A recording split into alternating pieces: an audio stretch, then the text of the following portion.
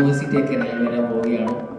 സഹകരണ മേഖലയെക്കുറിച്ചും കൂടെ പ്രൊഫഷണൽ ആക്കുന്നതിനും കൂടുതൽ പ്രൊഫഷണലിസമുള്ള ആൾക്കാർ സഹകരണ മേഖലയിൽ കടന്നു വരുന്നതിനും ആ ഒരു യൂണിവേഴ്സിറ്റിയുടെ രൂപീകരണത്തിന് നമ്മളെ സഹായിക്കുമെന്ന് നമുക്ക് വിശ്വസിക്കാം. നിങ്ങൾ സ്വയം സ്വാംശീകരിക്കാൻ വേണ്ടി പോകുന്ന ഒരുപാട് അനുഭവങ്ങൾ ഇതെല്ലാം ചേർത്ത് വെച്ചുകൊണ്ടാണ് 5ാം ദിവസം ഐസിഎമ്മിൻ്റെ ഈ ക്ലാസ് മുറി വിട്ടിട്ട് ഒരു ദേശീയ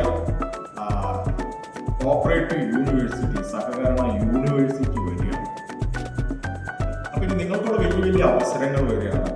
അപ്പോൾ നമ്മുടെ കേരളത്തിലെ ദേശീയ സഹകരണ യൂണിവേഴ്സിറ്റിയുടെ അഫിലിയേറ്റഡ് യൂണിറ്റ് എന്ന് പറയുന്നത് നമ്മുടെ ICMs ഒക്കെയാണ്. അപ്പം അതുകൊണ്ട് തന്നെ നമ്മുടെ ഇന്ത്യയിൽ 30 കോടി ജനങ്ങൾ നമ്മുടെ സഹകരണ മേഖലയിൽ ഇങ്ങനെ അണിനിരന്നിരിക്കുകയാണ്.